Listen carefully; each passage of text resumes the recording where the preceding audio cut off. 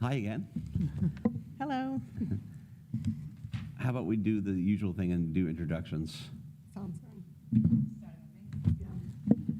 Hi, Stacy Donahue, J.D. Floyd. Dana Blazek, J.D. Floyd. Lisa Masario, HCTA President. Patricia Greenwood, Central High School. Jim Inzes, ESE. Amy Ernest, Wikiwachi High School. Angelina Lamantia, Financial Analyst. Megan Schlechter, Director of Federal Programs. Alexis Brown, Director of Human Resources. Barbara Kidder, Assistant Superintendent of Business and Support Operations. Matt Goldrick, Director of Labor Relations and Professional Standards. Steve Cronelli, Executive Director, Support Operations. Mike Lastra, Principal East Side Academy. Excellent.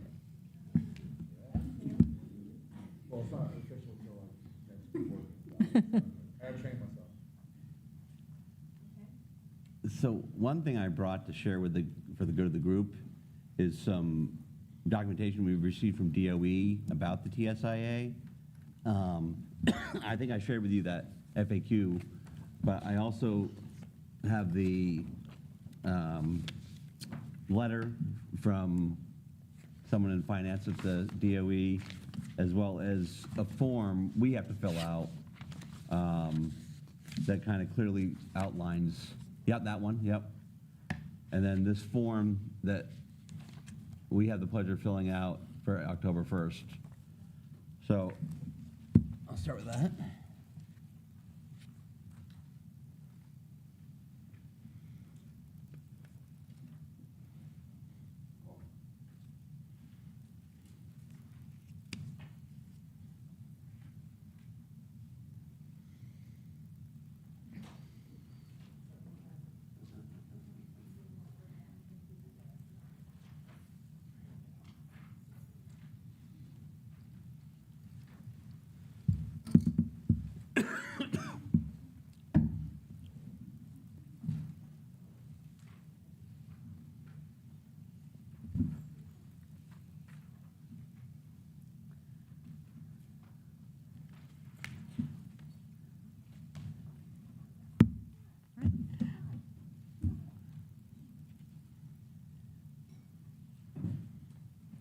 So I thought this was a good starting point because I think last time we talked, we had received less direction from DOE at that point, and we thought that there might be some more flexibility in how to interpret what they're saying, and this paperwork seems to have removed any flexibility because they primarily want us to, they only want us to spend it on people with 10 or years more experience in the that are classroom teachers.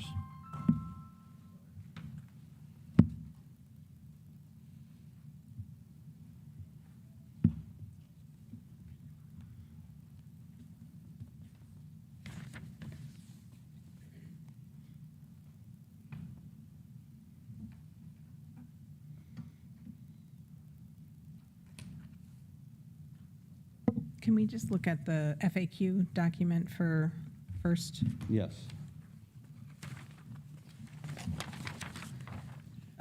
Just specifically looking at the question and answer. The question 2 says, what if the district's or charter's share of the maintenance allocation exceeds the cost to maintain the salary increases provided in previous years? The answer being any remaining funds from the maintenance allocation will be combined with the district's or charter share of the current year's growth allocation. So question about that. First of all, does that happen? No, we are well beyond the maintenance allocation. Okay. Because every year we've agreed to a raise above and beyond what the state gave us. So in other words. Except last year. Last year we limited the raise just to the growth. And we met that amount, yes. So there's not anything above that left over. Say that again. So the maintenance allocation that was released for this year meets, well, I'm sorry, what we expend exceeds what we got for maintenance. So every year when we have people who retire, when they retire, they're at the top of the pay scale. It's a compounding effect, so every year we've exceeded whatever the growth allocation was. So then in conjunction with that, when you look at the maintenance allocation that comes through for the next year, we exceed that as well.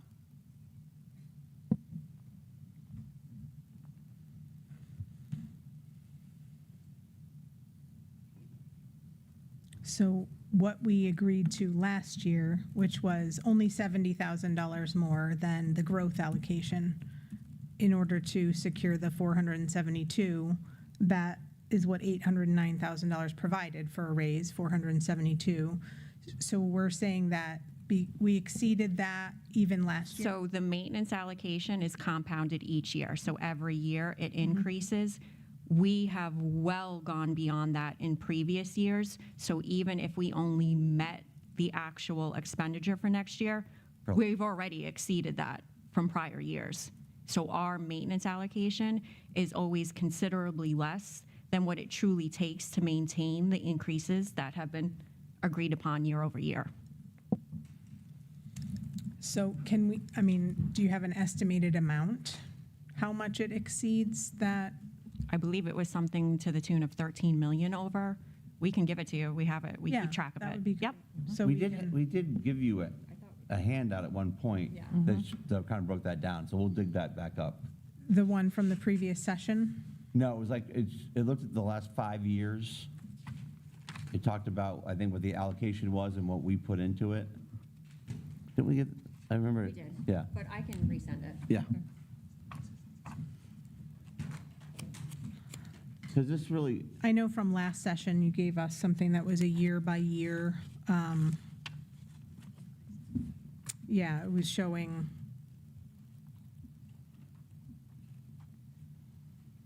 What the maintenance was, what the maintenance allocation was, what the growth allocation was each year. But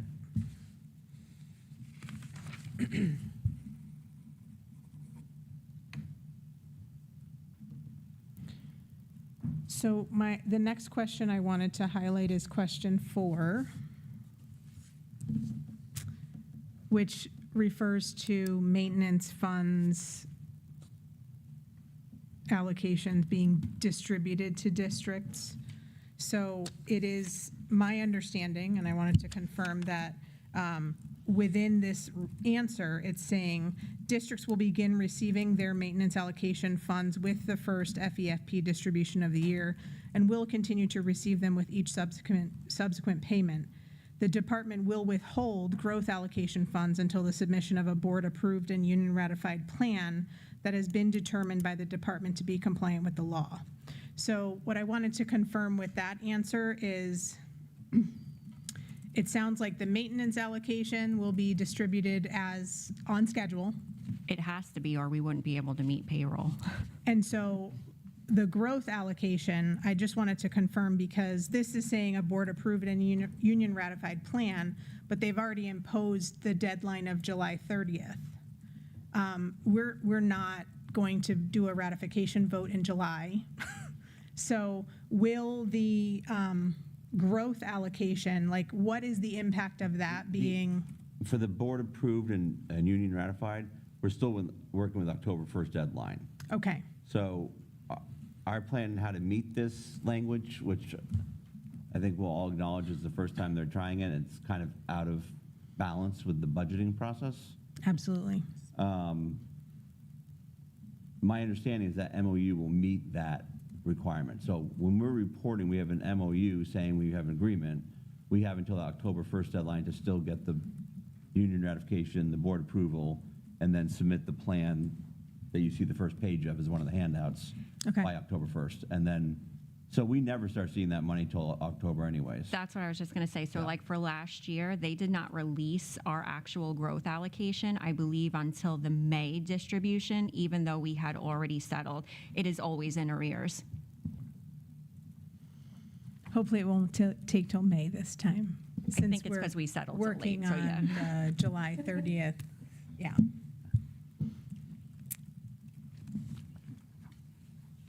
Okay.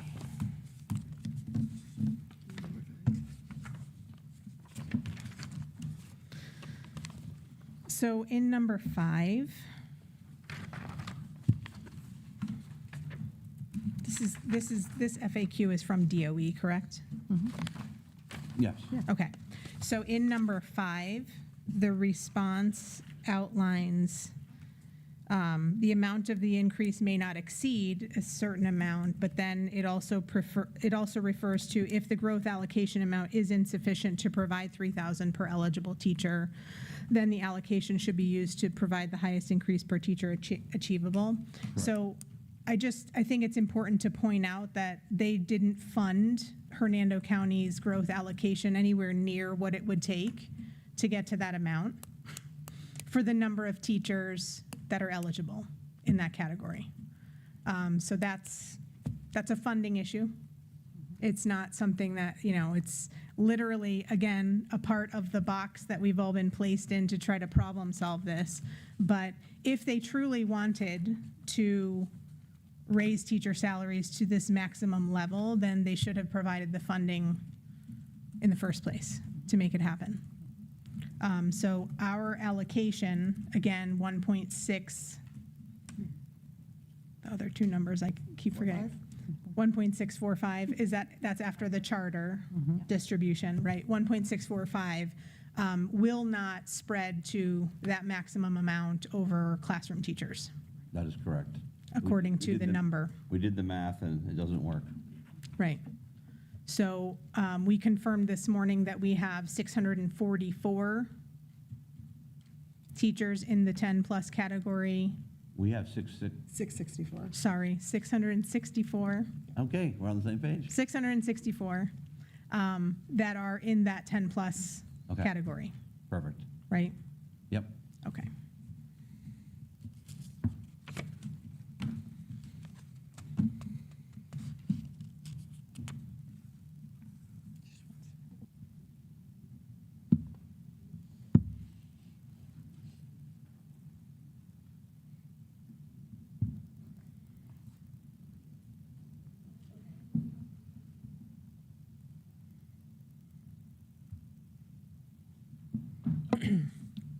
Just so we're working under the same definition, I think it's important to clarify who is included as a classroom teacher. It is. Position-wise. It's based off the Florida statute, I think it's 1012. Yeah, 1012. So it would include anyone in the classroom, but unfortunately, it's probably easier to say what it does not include, because it does not include media specialists, it does not include certified school counselors. All those people that are defined differently in that statute, 1012, it would not include. So 664 does not include our instructional coaches, does not include social workers, school psychologists, OT and PT, other therapy providers like SLPs. All of those instructional staff are left out by definition, That is correct. and they are not included in the number 664. That is also correct. So are they included in the, are they included in the 189, If the they've- non-classroom? If they've 10 or more years, yes. They'd be the 189, part of the 189. Okay.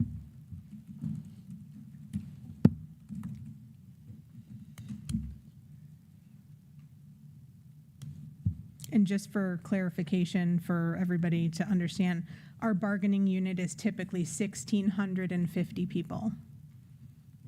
Average, right? Right now, it's 1,573, Yeah. according to yesterday's report. But that means that if we are dealing with a pot of money that's only designated to spread across 664 people, we're leaving the majority of the bargaining unit out. That is correct. That's not something we're comfortable with. I mean, I know that it is what has been designed by the state for us to follow, but we're not comfortable leaving a majority of people out of the picture when it comes to salary increases. That it's problematic. It's hugely problematic. Like the percentage of, even today's percentage, 664 over 1573. But then when It's a smaller part of the whole. when we actually hire which we fully intend to, right? We fully intend to fill more positions and get back to the average, which is 1,650. We're talking about almost 1,000 people being left out. Yeah.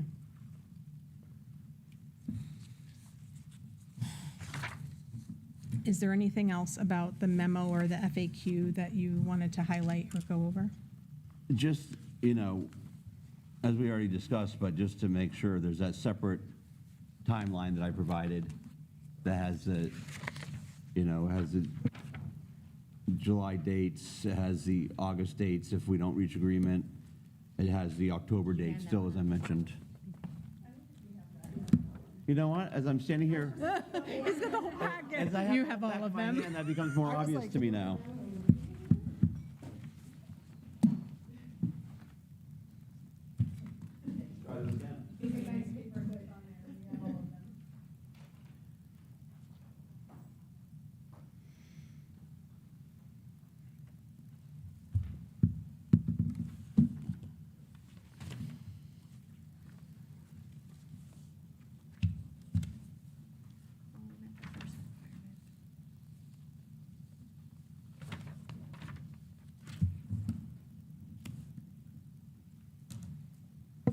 Just for the record, I think we can check off the first one because it's July 13th.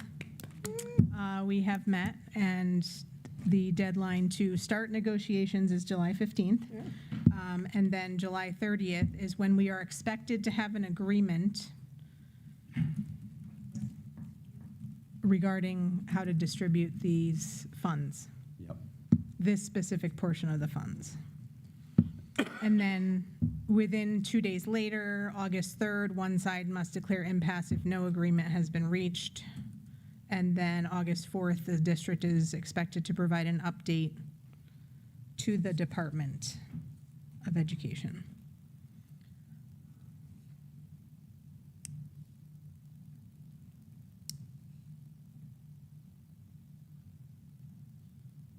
I think this January 1st time is a new thing. They took that away for a while, right? No, I've had to do it. You've had to do it, okay. I was just like, no.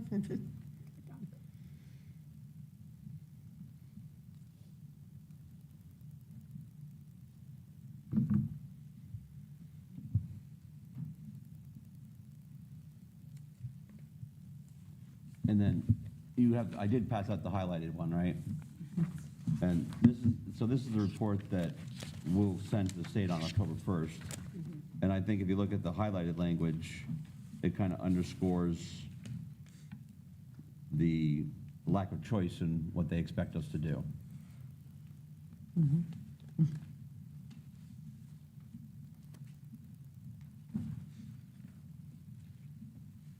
Do you know of any districts who have submitted a plan already?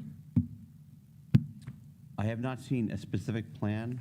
I've heard that people are submitting plans, but no, I've not seen a specific plan. And actually, I'm part of an email list, as you can imagine, that people are supposed to send in if they have, and I haven't actually seen an official one. But, you know, it's only July 13th.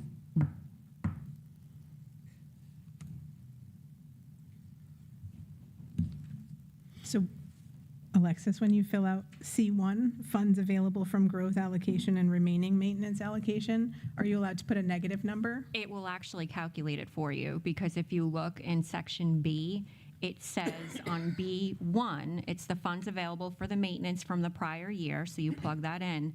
But then B2 specifically says, total cost to maintain the salary increases provided through the salary increase allocation in previous years. So that's where you add that compounded number.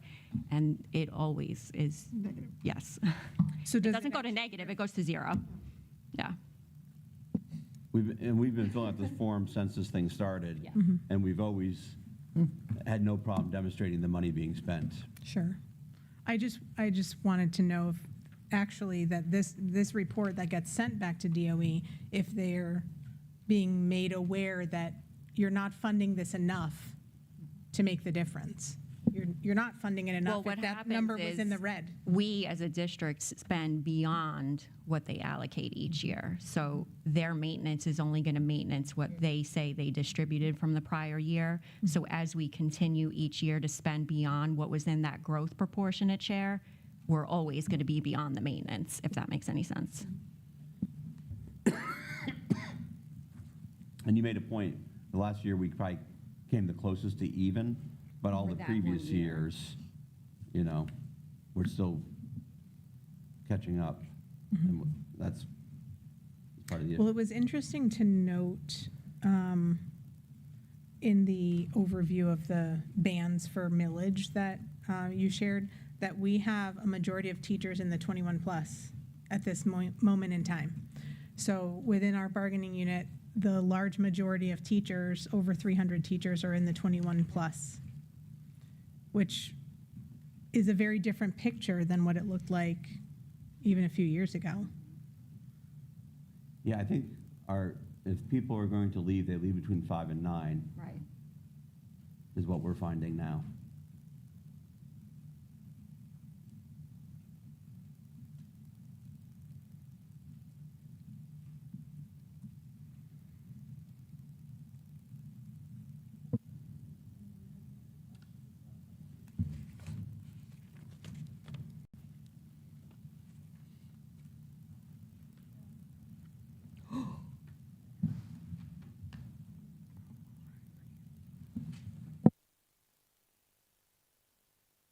This is the list that you shared before with, yeah.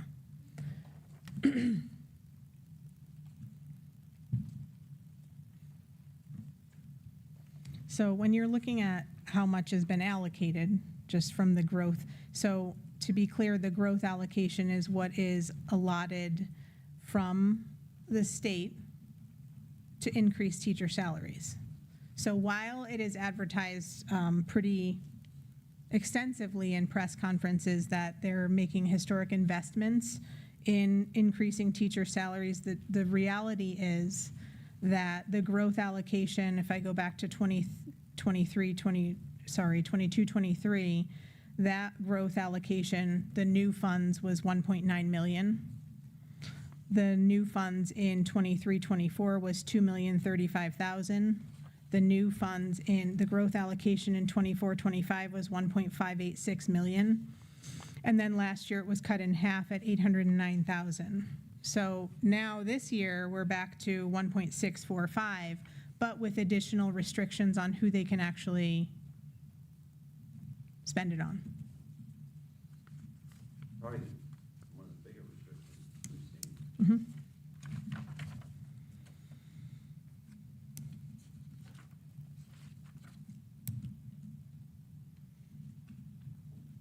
So I would say last year is the outlier.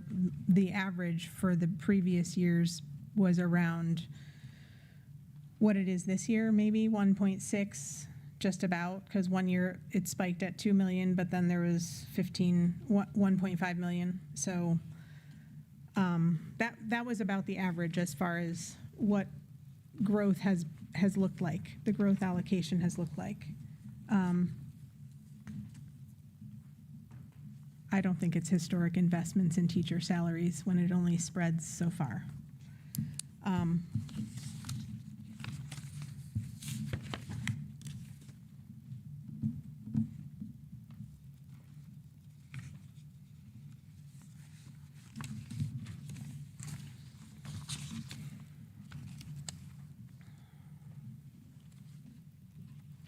Okay, if there's no other questions, I guess we're gonna, or we don't have any, I don't think any of us have.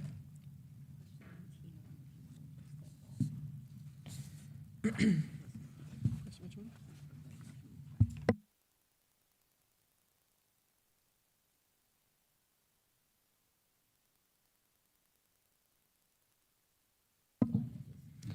one?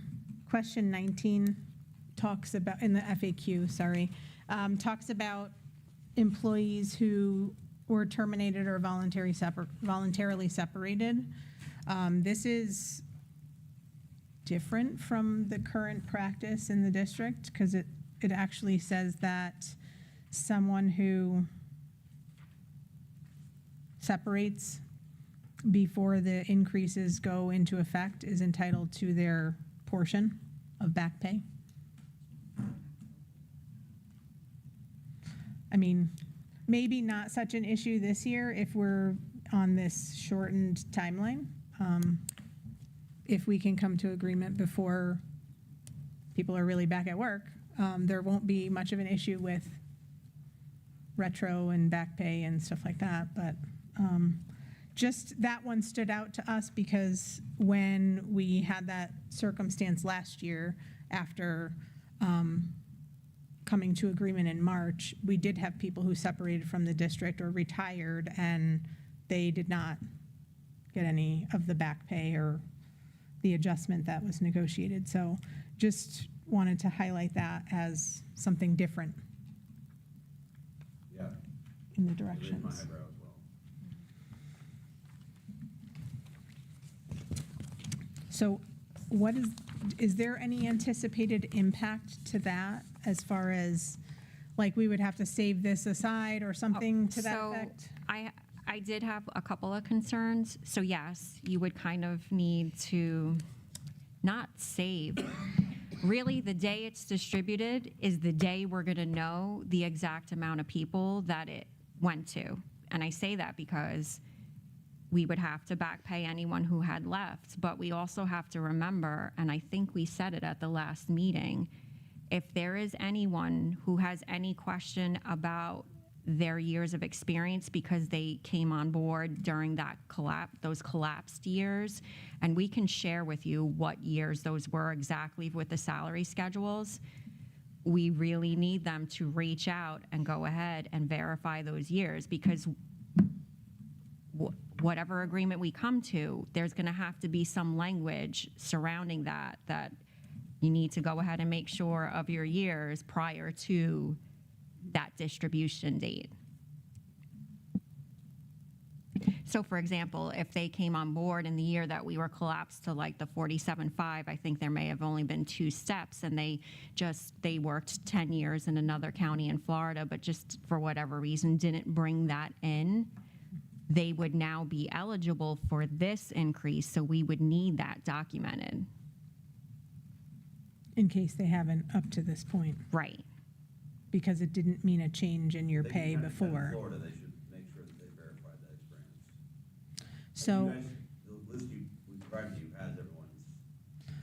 Right. I think the only confusion we had was that list was prior to rolling, right? Add one, basically. Right, so that new 664 is after those 9s that were eligible rolled to their 10. Okay. So aside from that, we wouldn't anticipate that number growing outside of somebody bringing in their years now. So the 9s that rolled were those people who had already, like, within a half a year, the previous year, so they, Yes, it could Okay. be either, yes, as long as they worked the 1 day more than half with us and rolled to the 10. And if they're still with us, they roll. And really, that number stands because from now on, even if they, well, really from 8/4, that's when we return, right? So from that date, even if someone leaves based on this language, they're still going to be eligible for that proportionate share, so. but if they leave after a week or whatever, the share is, Right, it'll be prorated to the number of days that they Prorated. worked in that year, but yeah. But we should make sure we include that. We need to be very specific on that. okay.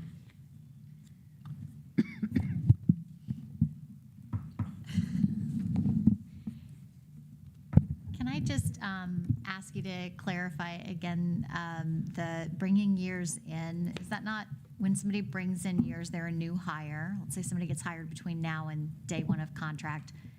The placement It schedule? wouldn't pertain to them because the placement Gotcha. schedule is still 1 through 20 right now. I'm more concerned with the folks that came on board when we didn't have as many steps. Right. So, and them claiming years that hadn't been claimed previously. So we're Right. not talking about people coming in the door qualifying. Keep people coming in the door, to my knowledge, and the way that we've read this, would still go on placement. That's where they would go. Gotcha, thank you. keep in mind, the other detail is that to qualify for Florida years experience, you have to get the evaluations from your other district.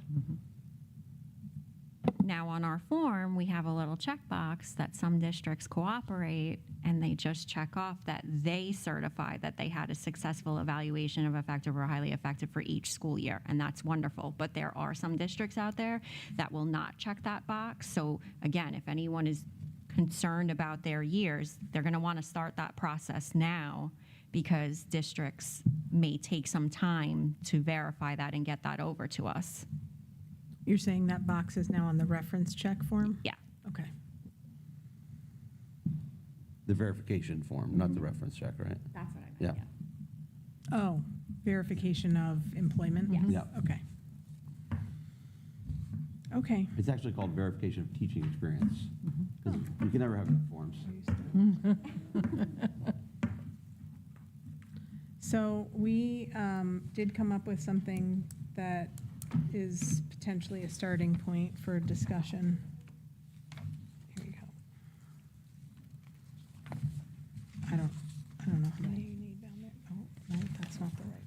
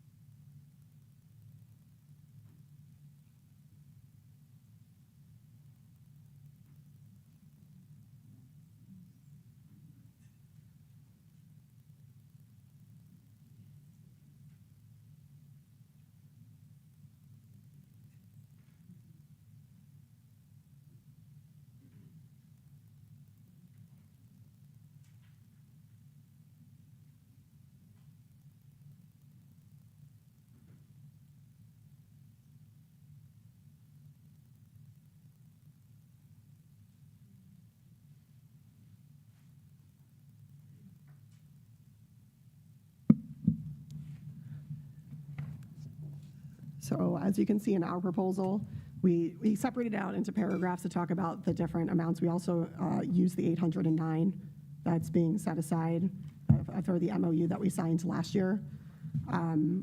So we essentially use the 1.654 it winds up being 2.4 and change, obviously, when you take 1.64 and you add the 809.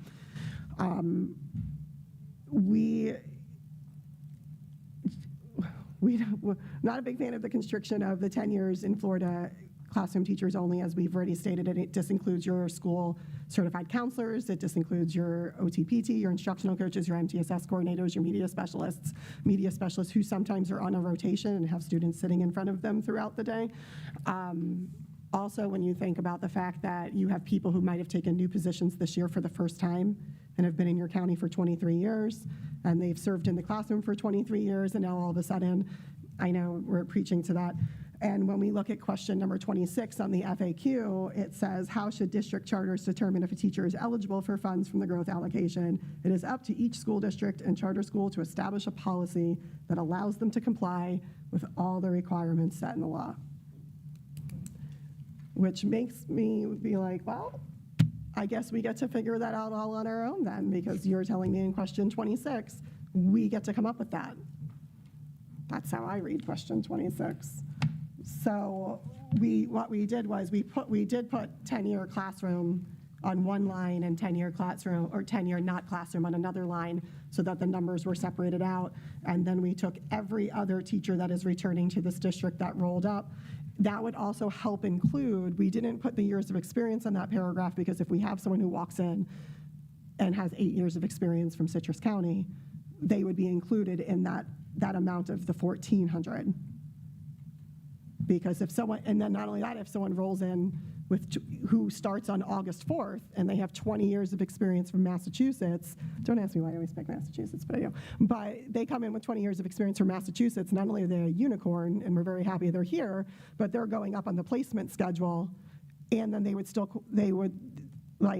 just worried about including everybody in this, everyone that's returning to this, in this, because you're people who, they might have worked 1 year last year, with all their experiences outside the state. Everyone, we use the number 1535 for this because we don't know how many of those people what are we at, 1575 now? We don't know how many of those people have experience in Florida or not. The last number we were given with the 1535 was our roll-up, so that's the number we used. Okay, so that in essence, that paragraph would include the first 2 paragraphs and everyone else who's hired until it's ratified? So that paragraph that says, in addition, all returning instructional staff. Right. So if their first year, they don't see this money, because that would be a base pay bargain. So, okay, so it's not affecting anyone on placement? No, just if they're coming in, it's just placement. So is it 2,000 and an additional 1,400? No, so for those first 2 paragraphs, we might have to. We put in that paragraph that they have to have the 10 years plus experience in Florida public schools, because that's what the law says.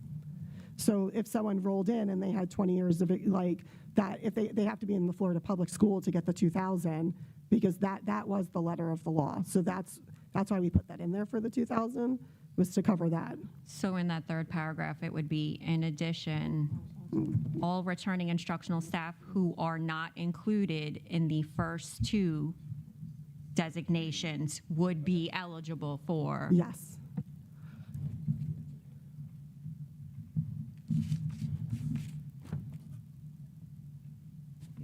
Yeah, so it should say all other returning instructional staff. Oh. Yeah, I see what you're saying. I can fix it on the digital. In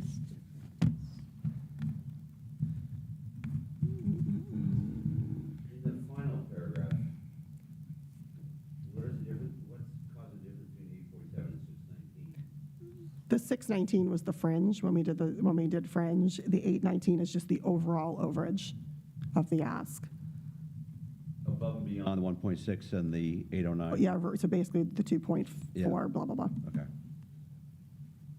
I was very official, the blah, blah, blah. But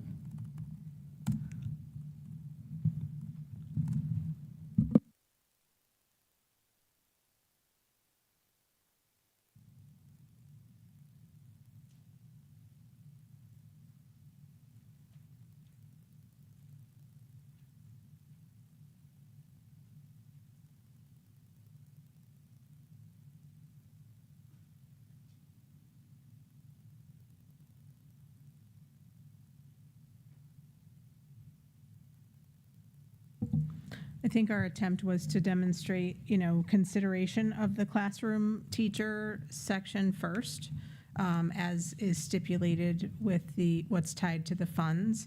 But, a lot of those non-classroom roles, they were never intended to be classroom teachers. School counselors are not supposed to be in classrooms.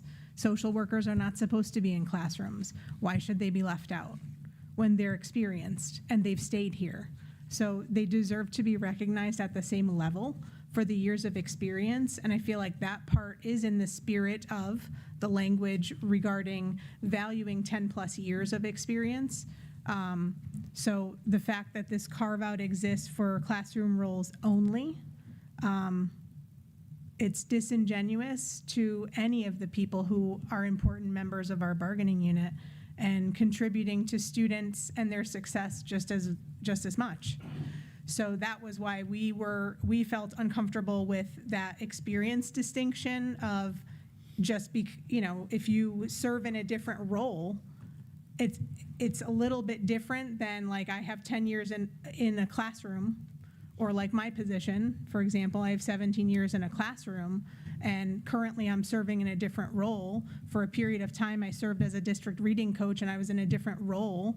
Then I returned to a classroom. So those kinds of positions, elementary assistants, they are usually people who have a certain level of experience in classroom, and they move into a leadership role or a leadership position as well.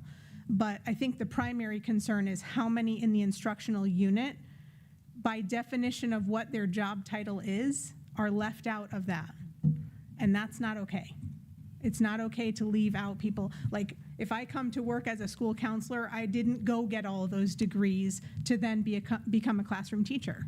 I got all those degrees to be a school counselor. So leaving them out and making it seem like their roles are somehow less than is not okay. So that's why we attempted to make it so that those years of experience, which was definitely a highlight of this box that we've all been placed in, right? Consider the years of experience. We just didn't feel it was right to discount years of experience for people in all those other instructional roles. And a lot of those people who take those leadership roles in our county were classroom teachers in this county. Like that, they're loyal. Like 800, when you think about the 189 and the 664, that's 853 people that have been in this county for 10 plus years. I don't know how many counties can say that anymore. And I don't know, that makes me pretty proud to say that we have 800, and that's a lot of people. That's half of the unit. That's, yep, more than half the unit, for sure.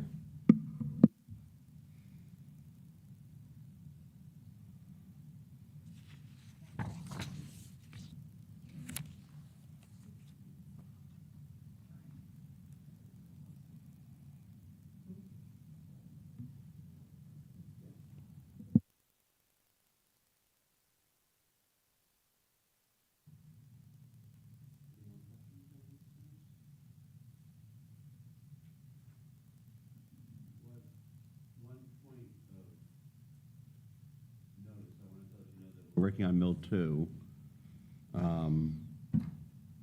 we kind of come up with a figure where, depending on the band, it's going to be somewhere between the $5 and $120. And so we're hoping to get that out on August 10th paycheck. And that is part of the regular paycheck, because it's not, there's no special taxes, and it's just easier to include it there. But Can you repeat the date again, please? August 10th, which is 10 days better than the usual? first paycheck. Correct. That's Yep. our first pay period. So just for clarification, for anybody listening and watching, the millage 2 payment is the portion of our millage agreement that recalculates any leftovers from people who left during the year, or when we had to budget for somebody, a vacancy or something like that. So in all of those funds are recalculated and redistributed according to the formula. And on funds collected, obviously. Okay. So any variation people see, that will be the confusing part, is if it's paid out in the first pay, people will think they took a pay cut in the second pay. So just Yeah. FYI, you might be getting, right, the millage 2 being calculated in could, it will be a variance from the regular We'll try to paycheck focus amount. on- 'cause it will be clear on the pay stub, but you're right. People look at their bank account. Right, okay.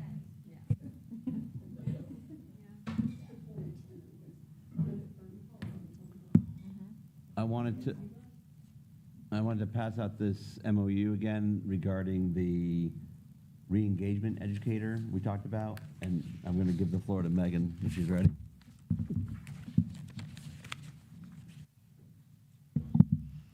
Thanks, Matt. I'll give you a second to pass those out.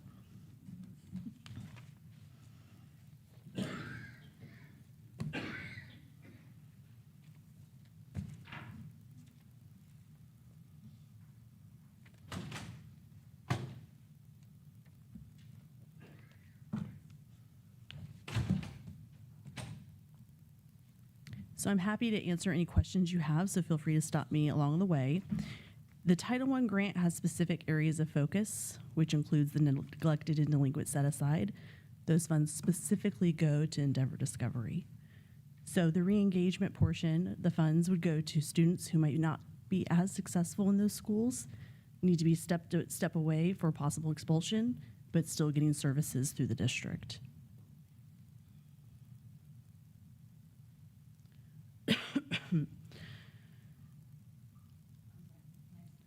Please. Sorry, I didn't catch that. It was for students that are, They might be up for expulsion so that they can continue to get academic services.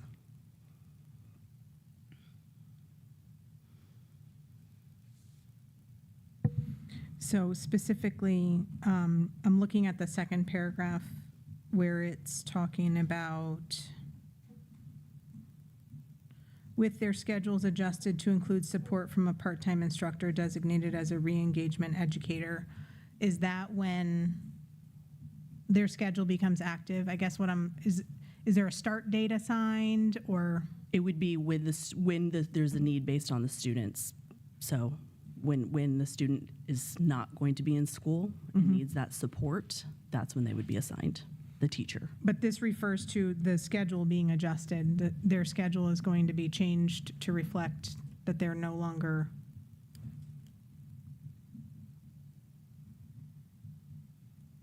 I just wanted to make sure that's No, not I just want to providing a read it to make roadblock. sure that I'm answering you.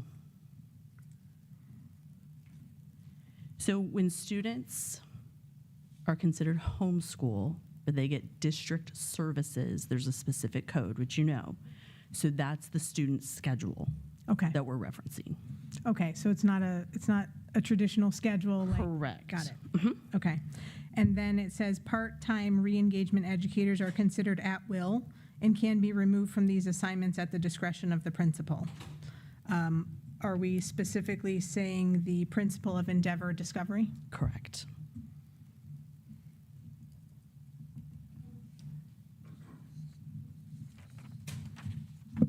Sorry, I don't live in the secondary world, so this is why this question might be so obvious, but, so if a kid is up for expulsion and they go to, say, Nature Coast,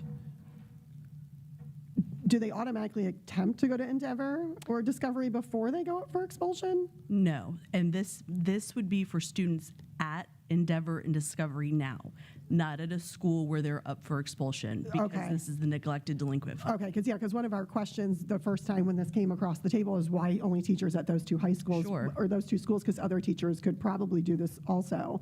But that makes more sense. Thank you. Sure.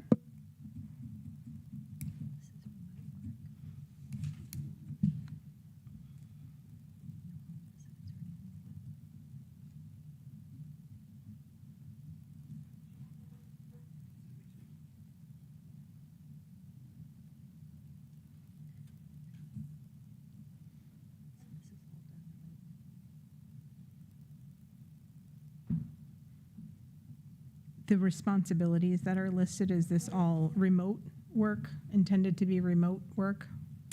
It would have to be because students wouldn't be on campus.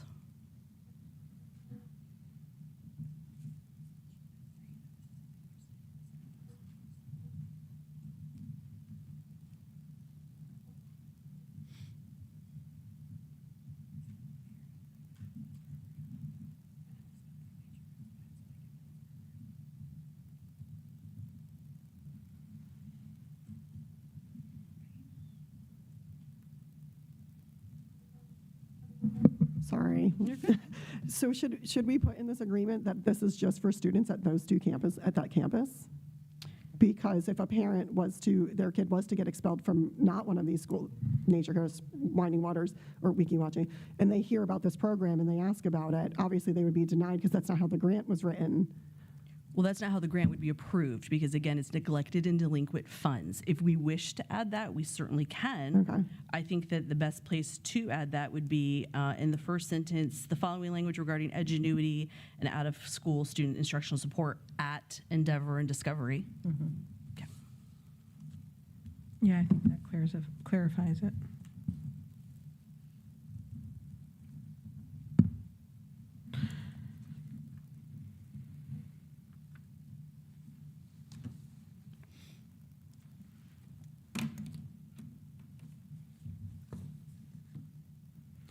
So the compensation, $50 per student who successfully completes coursework plus applicable fringe benefits, so that is paid out as salary, Yes. not bonus, salary. Mm-hmm.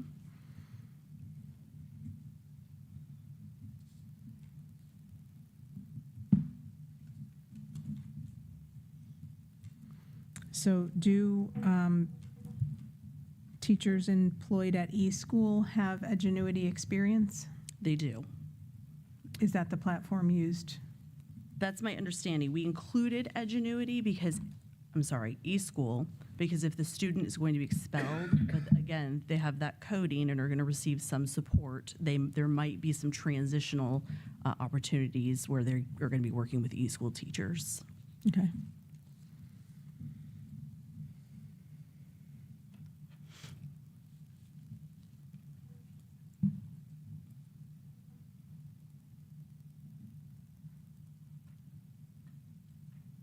So if it's only, if only completion is tracked, is the metric being used, right? What is it that would ensure that there's clear direction about when the work is completed?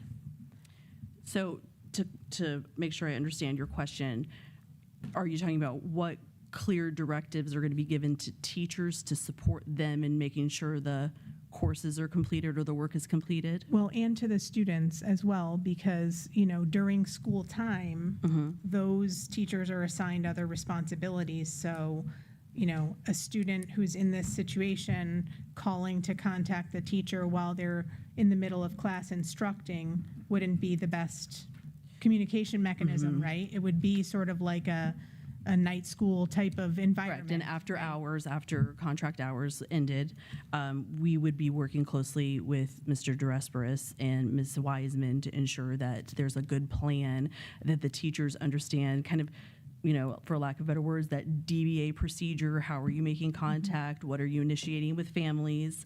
It says through here, maintaining contact with the assigned students and families, reviewing the coursework and the progress.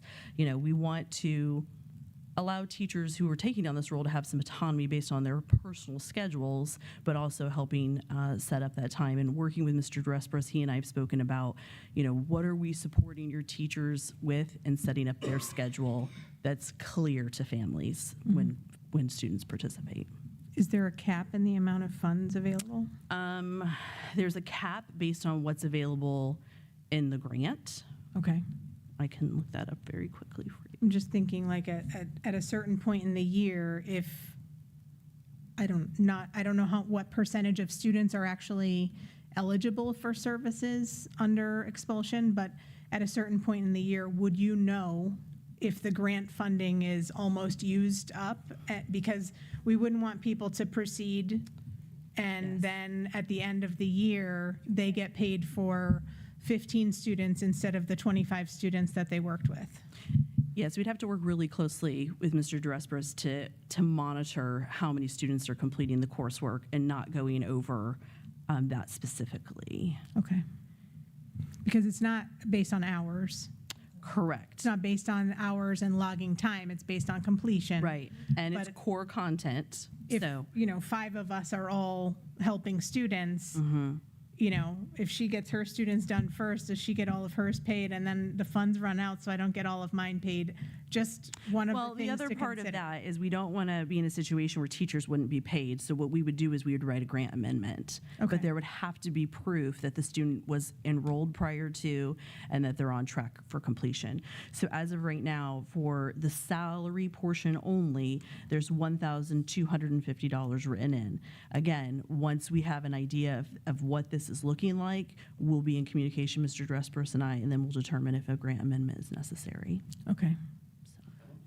So we must not be anticipating many students? We are not anticipating many students to begin with, and that's based on data. Okay. How are the students in this situation currently being served? They're not, and we're Okay. missing out on FTE, which is why we want to try something to ensure that our students are getting what they need and we're capturing the funds that we can.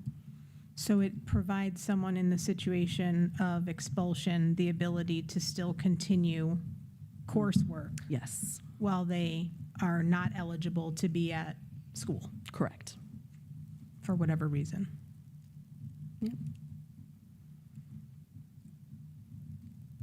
We try to get creative with the allowability of the grant funds. Sure. So, As far as implementation with Edgenuity, I do think that there's been a lot of things worked out in the last year or so at Endeavor Discovery regarding procedures and what's allowable, what's not allowable. I just want to make sure that those kinds of guidelines would be shared and would be in place ahead of time. absolutely. So, we don't have students completing courses in 3 days and all of those weird things that can happen with that program, that it truly reflects an educational pursuit and the student working through the course and not just taking pretests with the internet, basically, and getting through all the assessments so that because that grant will burn up very quickly if that kind of practice would be allowed. Well, that's assuming we have a lot of students in that situation, and I don't think that we're going to. Okay. So just the edit of adding at Endeavor and Discovery.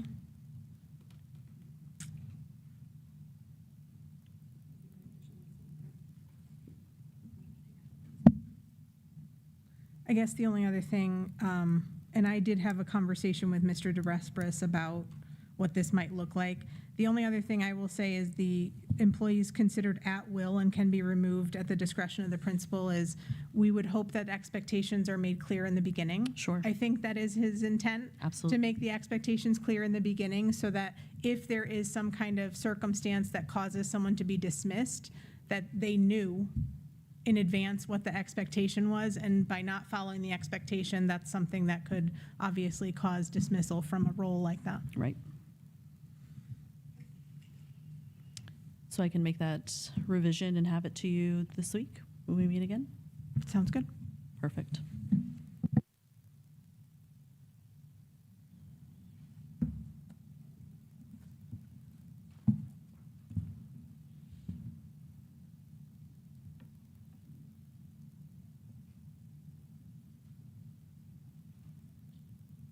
This is going backwards, but I do have a question because now that people can watch, they text and they ask questions.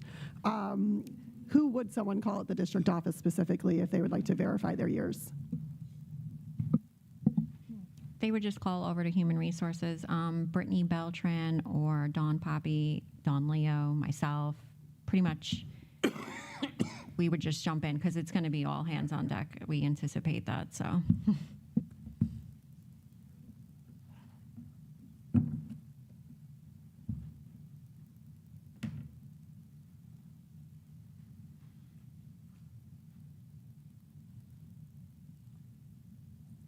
You guys have anything else? Because I'm thinking we have a scheduled meeting on Wednesday at 10. Rather than caucus, we might just meet again on Wednesday. That works. Okay. And I just want to confirm we're good with the distribution of mill too, because I'm going to have payroll get started on that with the August 10th date. Okay. Yeah. As long as we use district communications to let employees know that is that additional, so that we all don't start getting, the phone calls of like, I took a pay cut in the second paycheck of the year. So, It is a good plan. okay, thank you. 10 o'clock, right?